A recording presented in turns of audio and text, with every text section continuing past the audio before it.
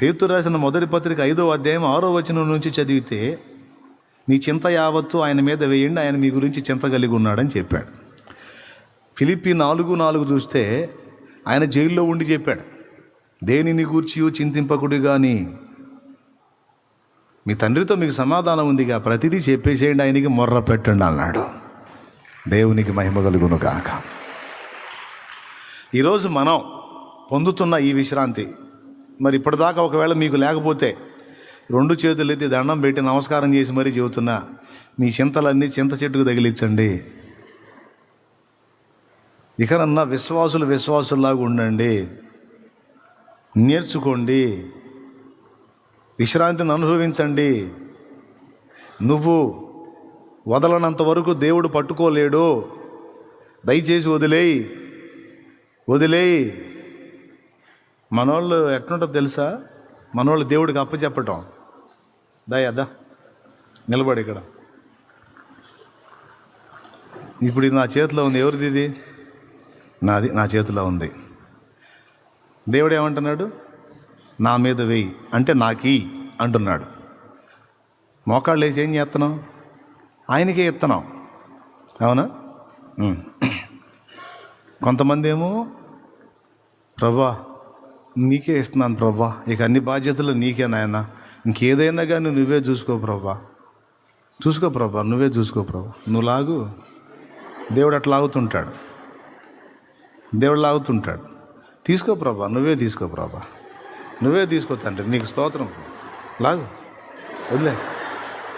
2 చేతులు లాగు, నేను లాగుతాను. ఇంతే ఉంటుంది కొంతమంది ఇద్దరు. ఎట్లా? తీసుకో ప్రభా, నీకే, ఇక అంతా మొత్తం నీదే ప్రభా. చాలామంది జీవితాలు ఈ పెనుగులాటే జరుగుతుంది. ఆయన ఏం చేస్తాడు? నీదే ప్రభా అంటే అంతే, వదిలేస్తాడు. సరే సావని. ఎందుకు? మాట అయితేనేమో నీదే అంటున్నావు, బరువంతా నీ నెత్తిన వేసుకుంటున్నావు. ఇంకొక వెరైటీ ఉంది. ఏం వెళ్ళావు దా శామ్. ఇంకొకళ్ళు సన్నిధికి వచ్చి, ఇప్పుడు నేను వాకింగ్ చెప్పా కదా, సన్నిధిలో కూర్చున్నప్పుడు, స్తోత్రం తండ్రి, నాతో మాట్లాడావు దేవా, నీకు వందనాలు ప్రభా, హల్లెలూయా స్తోత్రం అని. ప్రభా ఇక తీసుకోపో నీకే, హల్లెలూయా స్తోత్రం అని ఈ కూర్చున్నంత కాసేపు అప్పగిస్తారు. కూటం అయిపోయి వెళ్తుంటారే, ప్రభా వందనాలు ప్రభా. అర్థమైంది? ఇదని అర్థమైంది మీకు? సన్నిధిలో కూర్చున్న కాసేపే అప్పచెప్పి, అంతా ఆయనే నేను వదిలేశానమ్మా, నేను మొత్తం వదిలేసా, ఎవరు ఎట్టనన్నా బాని. కూటం అయిపోయి ఈ గడప దాటగానే, సన్నిధి దాటగానే ఆయనకి ఇచ్చిన మొత్తం మళ్ళా ఆ బుట్టంతా ఎత్తుకెత్తుకుంటారు. మళ్ళీ ఈ పిచ్చోళ్ళతో ఎట్లా పడాలని చూస్తున్నాడు ఆయన.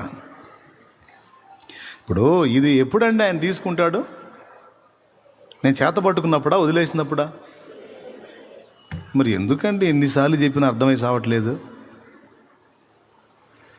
నువ్వు దాని గురించి చింత వదలనంత వరకు నేను పట్టించుకోను, వదిలేయి. అప్పుడు చూడు, నువ్వు దాని గురించి మళ్ళీ ఆలోచన చేసి గందరగోళం అయ్యావంటే మాత్రం నువ్వు వదలనట్టే.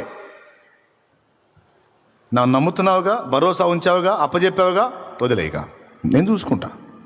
నమ్మకం ఉందంటావు, పాటలు పాడతావు, అంతా నీదే అంటావు, మళ్ళీ ఈ వ్యవహారం ఏంది?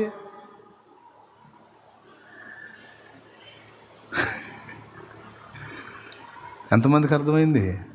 బాగా అర్థమైంది. నిజంగా ఇంతే ఉండదా మన వ్యవహారం? ఇప్పుడు కూర్చున్నంతసేపు ఇగిలిస్తారా? నిజంగా అంతేనా అంటారు. బయటికి బాగునే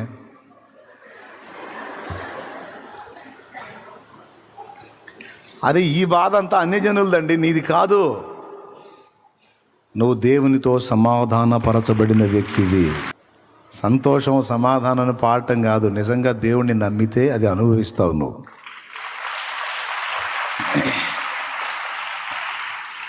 కంగారు పడొద్దు, కలత చెందొద్దు, ఏదేదో అయిపోతుందని గందరగోళం కావద్దు, నిండు బండిలాగా తొణకొద్దు.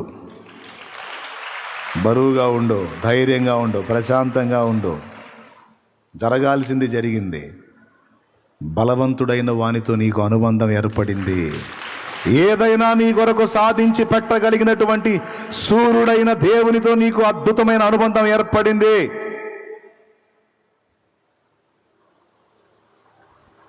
ఇక నీ బ్రతుకు బండిని ఆయన నడిపిస్తాడు. నీకేది మేలో ఆ మేల్లోకి ఆయన తీసుకెళ్తాడు, ఏది కీడో ఆ కీడు నుండి ఆయన తప్పించేస్తాడు. చిన్నపిల్లల్ని ఎత్తుకుంటాం ఎంతమందికి తెలుసండి?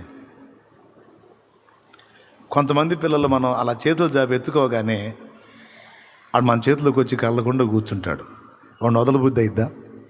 వాడికి అంత బరువు ఉన్నా సరే మొయ్యబుద్ధి అయిద్ది. ఎందుకంటే పూర్తిగా భరోసా వేసేసి బరువైనప్పటికీ కూడా రిలాక్స్గా కూర్చున్నాడు. వాడిని అప్పుడప్పుడు వాడి బొగ్గలు ముద్దు పెట్టుకుంటాం. ఆ బొగ్గల కోసం, ఆ ముద్దు కోసం వాడు ఎంత బరువైనా సరే వాడిని మొత్తానే ఉంటాం. అవునా? ఒక్కొక్కడు ఉంటాడు. మనం చేతుల్లో తీసుకుంటే పక్కన వాళ్ళ మీద ఎగబడుతుంటాం. వాడిని మనం పట్టగలమా? పట్టగలమా? కాసేపు వాడు లాగుతుంటాం, వాడు అని పడుతుంటాడు, ఎరగబడుతుంటాడు ఒక్కొక్కడు. కాసేపు చూస్తాం, వాడు ఏమడకపోతే అవతలిచ్చేస్తాం. అవునా? దేవుడు కూడా అంతే. దేవుడు కూడా అంతే. నేను ఏదన్నా దించి పక్కన అప్పచెప్పేది అయితే ఎప్పుడో చేద్దును, వాకిట్లో నేను నిలబడి. మీరు మామూలుగా వదలకపోతే 2 ఇచ్చైనా వదిలిద్దును. ఆ ఛాన్స్ లేదు, ఎందుకంటే ఇది మనసులో వ్యవహారం అయింది. అర్థం కాలేదా? నెత్తి మీద బరువుగాని పెట్టుకున్నట్టయితే దేవుడు ఇవ్వమంటే అవతలు ఇవేంది అని ఇప్పిద్దును. ఇది మనసులో బరువు కదా. ఈరోజు క్రీస్తు యేసునందున్న నీకు ఇక దేనిని గురించి చింత అక్కరలేదు అని అన్ని వచనాలు ఎలుగెత్తి మొరపెడుతుంటే, నీకు మొరపెడుతుంటే నువ్వు ఎంతకాలం చెవిటి వ్యక్తిలాగా ఉంటావు? విశ్రాంతిలోకి వచ్చావు, రిలాక్స్గా ఉండు, ప్రభువు చెప్పిన పని చేస్తా, ముందుకు సాగిపోతా ఉండు.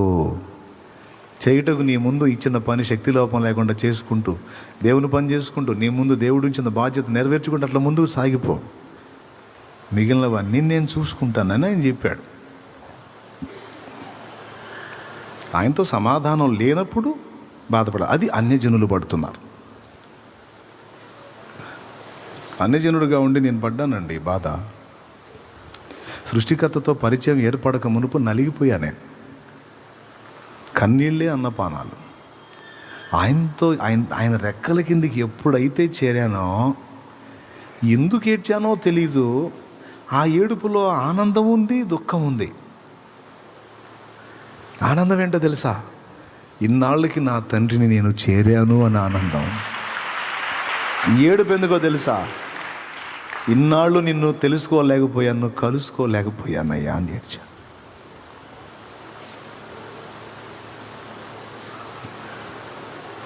Praise the lord. కొన్ని సంవత్సరాలు బిడ్డ తల్లి దూరమై ఉండి ఒక్కసారి బిడ్డ తల్లి కలుసుకుంటే తల్లి ఏడ్చిద్ది, బిడ్డ ఏడుస్తాడు. తల్లి ఏడ్చిద్ది, బిడ్డ కూడా ఏడుస్తుంది. ఆ ఏడుపుకి ఇదే కారణాలు 2. ఒకటి, ఇన్నాళ్ళకి తిరిగి కలుసుకున్నందుకు ఆనందం. ఇన్నాళ్ళు మిస్ అయినందుకు, అమ్మా నిన్ను మిస్ అయ్యానమ్మా, నేను నానా నిన్ను మిస్ అయ్యాను, నేను కుమారుడా నిన్ను మిస్ అయ్యాను, నేను నా కుమారి నిన్ను మిస్ అయ్యాను అని మిస్ అయినందుకు దుఃఖపడతారు, తిరిగి కలుసుకున్నందుకు హ్యాపీ ఫీల్ అవుతారు. హల్లెలూయా. యేసయ్య రెక్కల కిందకి చేరినప్పుడు నాకదే చెప్తున్నాను, సంతోషం దుఃఖం 2 వచ్చినాయి. ఎందుకంటే ఇప్పటికైనా నేను నిజమైన దేవుని యొద్దకు, నా తండ్రి దగ్గరికి, నా సృష్టికర్త దగ్గరికి, ఏ చేతులు నన్ను నిర్మించినాయో ఆ చేతుల కిందకి ఇప్పుడు నేను చేరాను. హల్లెలూయా. ఏ తలంపులు, ఏ తలలో ఆలోచించిన తలంపులు నాకు రూపునిచ్చిన ఇప్పుడు ఆ వ్యక్తి దగ్గరికి నేను చేరాను. ఆయన సురక్షితమైన రెక్కల క్రిందికి ఈరోజు నేను చేరాను. ఇక నాకు ఎదురు లేదు, ఇక నాకు భయం లేదు. ఎందుకంటే నా తండ్రి నేను కలుసుకున్నా. ఇంతకాలం ఒంటరి పోరాటం చేశాను, గాలివానల చేత కొట్టబడ్డాను, అట్లా పడి ఇప్పుడు చివరికి సృష్టికర్త దగ్గరికి చేరాను. ఇక నేను పరిగెత్తాల్సిన అవసరం లేదు. అవసరమైతే నన్ను ఎత్తుకొని ఆయనే మోసుకెళ్తాడు. హల్లెలూయా. ఆ రోజు నుంచి ఈ రోజు దాకా నేను చింతపడితే నమ్మండి, నమ్మకపోండి మీ ఇష్టం. చింతపడితే గిడితే ఆయన పరిచర్యను గురించి, ఆత్మలను గురించి, సేవలను గురించి, సంఘాలను గురించే తప్ప ఇక దేని గూర్చిన చింత నాకు లేదు.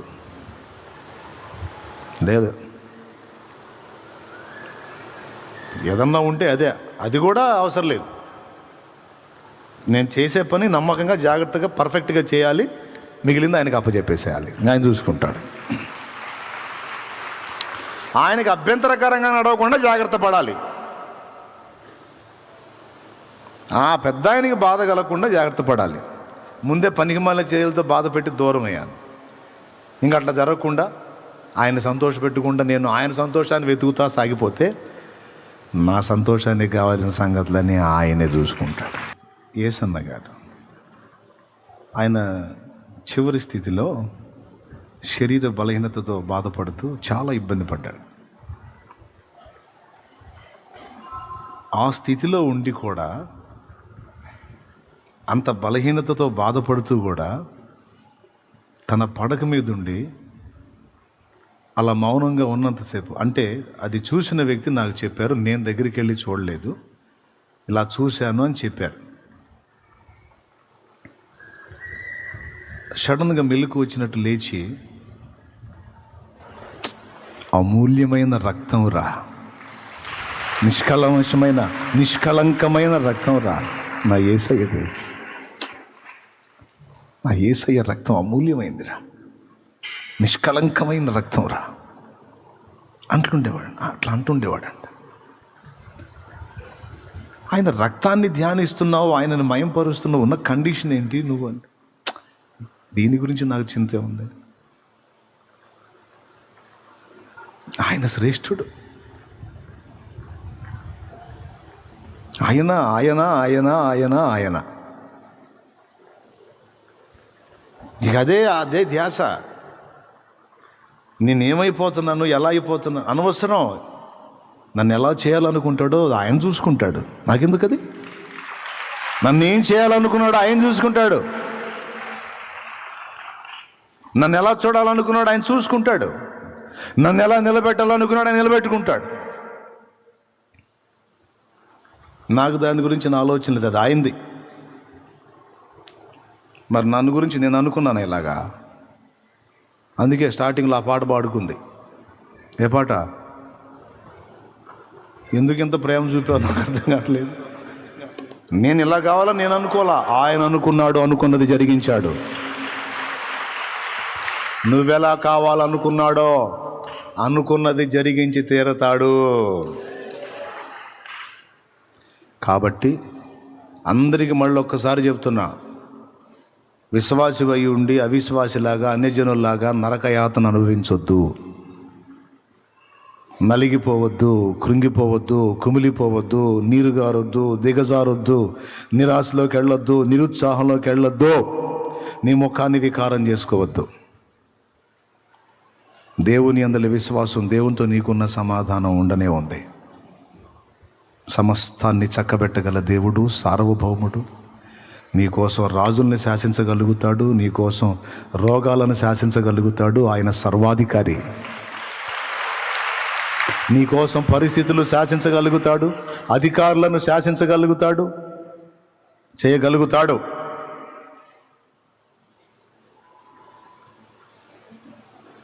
కాబట్టి కలత చెందొద్దు, కృంగిపోవద్దు. దేవుని బిడ్డవి నువ్వు. చెప్పు, ఎవరు నువ్వు? ఎవరు మీ నాన్న? ఎవరు చెప్పండి. ఎవరు నాన్న పేరు? వాళ్ళు చెప్పండి. మీ నాన్న పేరు చెప్పండి. మీ నాన్న పేరు ఏంది? ఇప్పుడే ఏసైని చెబుతారు, బయటికి పోయి ఏది వేరే పేరు చెబుతారు. ఇదే వచ్చింది జనంతో గొడవ. నిజంగా నేను చెప్పిన మాటలు నిజంగా మీరు 100% గుర్తుపెట్టుకోగలిగితే మళ్ళీ అసలు ఈ ప్రసంగంతో అవసరమే ఉండదు. నేను రోజు చెప్పినా సరే మళ్ళీ చెప్పాల్సి వస్తూనే ఉంటుంది. కానీ నిజం, ఆ విశ్రాంతిలో నేను ప్రయాణం చేస్తున్నాను. ఎన్నో ఉన్నాయి బాధ్యతలు, ఎన్నో ఉన్నాయి. మీకు ఎక్కువ, నాకు ఎక్కువ? నిజం చెప్పండి. మీది ఒక్కింటి గొడవే, నాది 1000 ఏళ్ల గొడవ, లక్షల మంది వ్యక్తుల గొడవ నాది. నాకు ఎక్కువ కదా, ప్రెజరు, ఆలోచన అన్నీ. నిన్ను అడిగితే, నీతో మాట్లాడితే పద్దాకలు మాట్లాడినా కూడా ఆ నలుగురే. నేను పొద్దున కూర్చుంటే సాయంత్రం మధ్యరాత్రి అయినా వదిలిపెట్టినంతమంది. కాబట్టి మీ అందరికంటే ఎక్కువ ప్రెజర్ నాకుంటుంది. అయినా ఆయన విశ్రాంతిలో నేను సేద తీరుతున్నాను.